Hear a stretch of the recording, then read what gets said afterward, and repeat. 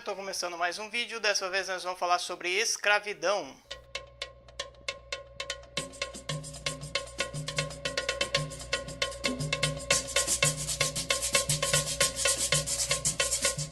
Segundo o Dicionário de Conceitos Históricos, da Kalina e do Maciel Silva, a escravidão é um modo de exploração que toma forma quando uma classe distinta de indivíduos se renova continuamente a partir da exploração de outra classe. Em resumo, a escravidão é uma exploração de alguém ou de um grupo sobre uma outra pessoa, sobre um outro grupo, por motivos econômicos, de acordo com a maneira como a sociedade se organiza. O conceito de escravidão ele muda bastante ao longo do tempo. Existe escravidão desde que existe gente na Terra. Desde os primeiros seres humanos, a escravidão é usada. O que muda é a forma de se entender a escravidão e a maneira como ela é usada na sociedade. O que não muda ao longo do tempo é o fato de que algumas pessoas usam outras pessoas para sobreviver através do trabalho dessas pessoas exploradas. Existem grandes diferenças entre a escravidão ao longo do tempo e a gente tem que entender o seguinte. Na Grécia e em Roma, a escravidão ela tem uma forma diferente, por exemplo, da escravidão que a gente teve no Brasil ou nas Américas de maneira geral, a partir da Idade Moderna. Na Grécia e em Roma, a escravidão ela era por dívida, ou ela era por motivos militares, porque um povo tinha sido conquistado, então ele foi usado a partir daí como escravo. Daí os homens, as mulheres, dependendo da função que se necessitava fazer em determinadas sociedades, esses trabalhadores eram usados ou para cozinheiros, ou para trabalhadores braçais, ou para agricultores e assim por diante. Então na Antiguidade Clássica, a ideia de escravidão ela tem a ver com a conquista, ela tem a ver com a conquista do outro, a conquista dos espaços e o uso do trabalho dessas pessoas, mas não é com a mesma característica da escravidão que a gente vai ter no Brasil principalmente. Na escravidão clássica, ou na escravidão no período clássico, as pessoas eram usadas, mas elas tinham uma determinada liberdade, elas podiam inclusive exercer algumas funções não necessariamente na mesma proporção que os chamados cidadãos de Roma ou cidadãos de Atenas, os gregos, mas eles podiam ter certas liberdades, eles podiam plantar, eles podiam ocupar determinados espaços, eles podiam transitar em alguns determinados espaços. Claro que em outros casos eles não podiam tomar decisão, por exemplo, na Grécia. Na Grécia a decisão ou a participação na democracia ateniense, principalmente, ela era feita a partir dos chamados cidadãos, a participação daqueles que eram membros da cidade, que nasceram na cidade, que tinham uma determinada idade, que não fossem mulheres e que também não fossem comerciantes. Então, os escravos eram excluídos das decisões que eram tomadas no âmbito da sociedade. Em Roma, da mesma maneira, um pouco diferente quando começa, por exemplo, as conquistas de determinados espaços e há alguns povos que não necessariamente se tornam escravos. Os que se tornam escravos são explorados, são vendidos, inclusive, mas eles não assumem as mesmas características que a gente vai ver daqui a pouco quando a gente falar sobre a escravidão no Brasil. É importante a gente saber que desde aquela época, ou as religiões principais daquelas épocas, desde os períodos bíblicos até o período clássico com Grécia e Roma, não existe condenação da escravidão, ou não existe condenação como a gente faz hoje, que existe lei que proíbe e tudo mais a escravidão e o trabalho escravo. Naquela época a escravidão era institucionalizada, mas também uma outra diferença da escravidão naquela época é que não existia uma classificação por cor, existia uma classificação por sociedade, uma determinada sociedade que se sentia superior, que vencia uma outra sociedade, ele impunha a escravidão e aí essas pessoas eram dominadas e usadas nos trabalhos do dia a dia ou na agricultura, enfim, qualquer outro trabalho que a sociedade dominante não queria. Quando a gente chega na Idade Média,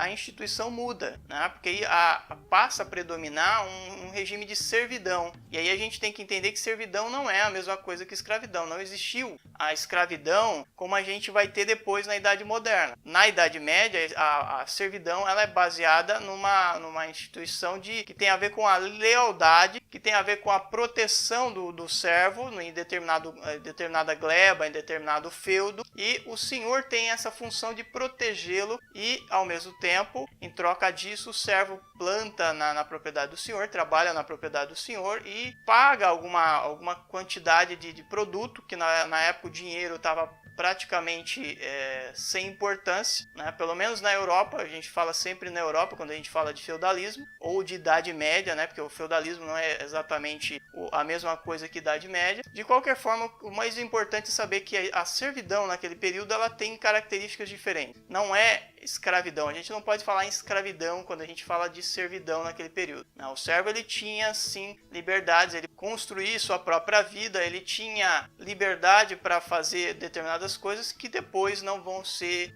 possíveis de serem feitas com a escravidão no período moderno. E por falar em escravidão no período moderno, a gente tem que entender que ela tem a ver com as grandes navegações, com a expansão dos espaços conhecidos pelos europeus, principalmente a partir dos portugueses e depois dos espanhóis. E aí a maneira como esses brancos, como se costumam designar, eles foram tendo contato com a África e a partir disso aí adotando a escravidão negra, primeiro na Europa em menor quantidade e depois do século XVI, XVII em diante a utilização do escravo negro nas Américas, tanto na América portuguesa como na América espanhola. A partir daí a escravidão passa a ter a ver cada vez mais com as características, com a percepção que se tem a respeito da Europa, primeiramente como o centro do mundo, entre aspas, e a África como um continente dominado.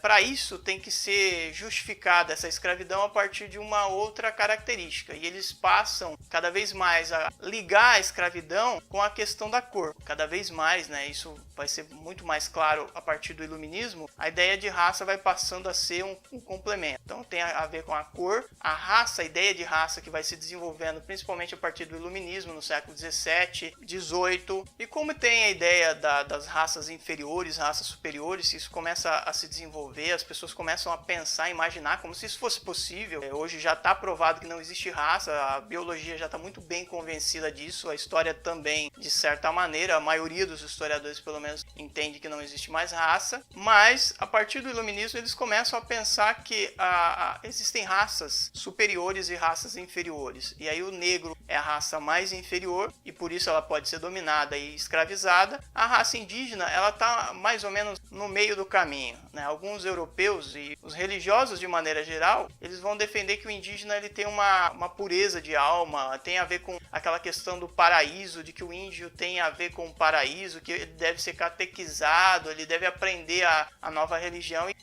Existe uma defesa de que a escravização do indígena ela não deve ser feita ou deve ser mais velada, né? Porque de maneira geral o que os jesuítas fazem é usar o trabalho dos indígenas e em alguns casos a partir do castigo, da imposição, né? E no caso também dos paulistas, por exemplo, que não tinham dinheiro para comprar escravo, a escravização dos indígenas ela foi muito mais comum, ou no que a gente conhece como capitania de São Vicente, que depois viria a ser São Paulo e outros estados adjacentes. Então o que a gente tem nesse período é a escravidão como uma instituição baseada na cor, na raça, uma defesa de que existem raças superiores e raças inferiores. Isso vai até o começo do século XX. Na verdade, a partir do darwinismo social ou do Darwin no século XIX, a gente vai ter o surgimento de ideias muito mais refinadas de racismo ou de racialismo a partir da ideia do darwinismo social, em que existe uma evolução, existem raças mais evoluídas e raças menos evoluídas. Isso vai estar presente no Brasil também no final do século XIX, começo do XX, com a questão do branqueamento. Algumas pessoas achavam que a raça branca ela tinha que se sobrepor, e para se sobrepor na América, no Brasil especificamente, precisava passar a sociedade brasileira por um processo de branqueamento. E aí você tinha que isolar a raça negra, principalmente a negra, mas também a indígena, e a partir daí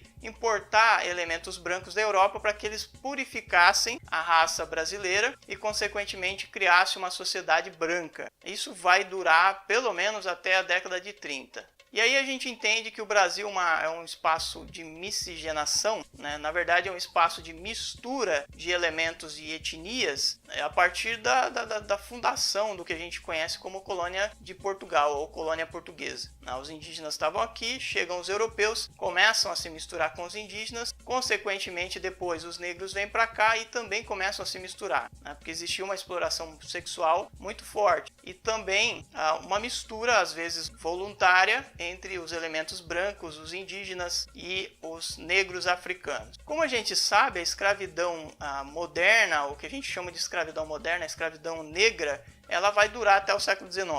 Diversos países vão fazer a abolição da escravidão nas Américas, que são nos países que se tornam independentes da Espanha, primeiramente, e o Brasil vai ser o último deles a fazer a abolição da escravidão em 1888. O Brasil vai levar um bom tempo para fazer isso e muita gente vai resistir, em parte porque eles dependiam fundamentalmente, economicamente, do elemento negro como trabalhador, ou do escravo negro como trabalhador. Então, a partir de 1830, a gente tem a proibição do tráfico de escravos, mas o Brasil continua vendendo escravos. A partir de 1850, a proibição do comércio de escravos, efetivamente, e o Brasil continua circulando ou fazendo circular escravos no território. As leis que vão vir depois, a lei do ventre livre, a lei do sexagenário, nada mais são do que paliativos e leis que na verdade não tornam o escravo livre porque elas são burladas ou porque elas simplesmente são letra morta. Se a gente pensar, por exemplo, a lei do ventre livre, ela é uma lei que o sujeito que nascesse na senzala, que fosse filho de mãe e pai escravo, ele ia ser sustentado pelo senhor até uma determinada idade e depois ele ia ter que pagar esse alimento, esse sustento. Então, na prática, ele trabalharia como escravo durante um bom tempo para poder se tornar livre efetivamente a partir dos 21 anos. No caso dos sexagenários, a lei dos 60 anos, a gente tem que lembrar que no século XIX a expectativa de vida era muito baixa. Se chegasse aos 40 anos, era muito. Então, quando o escravo chegasse aos 60 anos, a gente já deve imaginar que ele já estava velho, muito cansado, muito esgotado da vida que ele tinha levado durante 60 anos como escravo. O movimento de libertação do escravo ele cresce ao longo do século XIX e eles conseguem efetivamente levar a pressão a uma conclusão do processo com a chamada Lei Áurea, que é assinada pela Princesa Isabel, mas ela não é a única que faz isso. E, na verdade, ela só responde a um processo que estava em andamento. A gente tem que lembrar o seguinte: depois de 1888, não houve uma política de inclusão dos negros no Brasil. Os ex-escravos foram expulsos das propriedades. Em troca deles, se colocou o trabalhador europeu. Os imigrantes europeus, italianos, alemães, dependendo da região do Brasil, os elementos brancos, aqueles que supostamente eram mais desenvolvidos e que tinham ideias inovadoras e que trariam um progresso maior para o Brasil naquele momento. Esses foram os elementos que receberam a atenção do governo a partir do final do século XIX e início do século XX. Os negros foram colocados à margem da sociedade. Daí surgem as favelas, principalmente no Rio de Janeiro em especial, mas também em São Paulo, as periferias de São Paulo. Se vocês olharem as periferias hoje em dia, vocês vão ver a maioria desse pessoal é negro. E não é à toa, não é gratuito que isso tenha acontecido, porque não houve uma política de inclusão dessa população, dessa parte da população brasileira, que foi legada ao segundo plano da política, da economia e assim por diante. Basta a gente lembrar, por exemplo, no caso do Rio de Janeiro, a limpeza que foi feita a partir do começo do século XX, que derrubou-se os chamados cortiços, expulsou-se a população pobre, que na maioria era negra, para as periferias da cidade. Outra coisa que a gente tem que lembrar é o seguinte: o trabalho escravo não acabou. O trabalho escravo ele continua. Existe trabalho, hoje em dia a gente chama de trabalho análogo à escravidão, mas de qualquer forma é um trabalho exploratório, onde as pessoas não têm liberdade, elas só podem sair de determinadas regiões após elas cumprirem uma dívida, e essa dívida geralmente é abusiva e os próprios patrões têm o controle, por exemplo, do comércio e eles vendem produtos ao preço que eles quiserem. A gente tem que lembrar as regiões, principalmente as mais afastadas, onde existe trabalho escravo ou trabalhos análogos à escravidão, na Amazônia, nos seringais, as madeireiras, as mineradoras e assim por diante. Então fica muita coisa ainda para ser vista, muita coisa para ser pensada, e a gente vai ter que pensar em outro vídeo. Espero que vocês tenham gostado desse e a gente se vê no próximo. Tchau!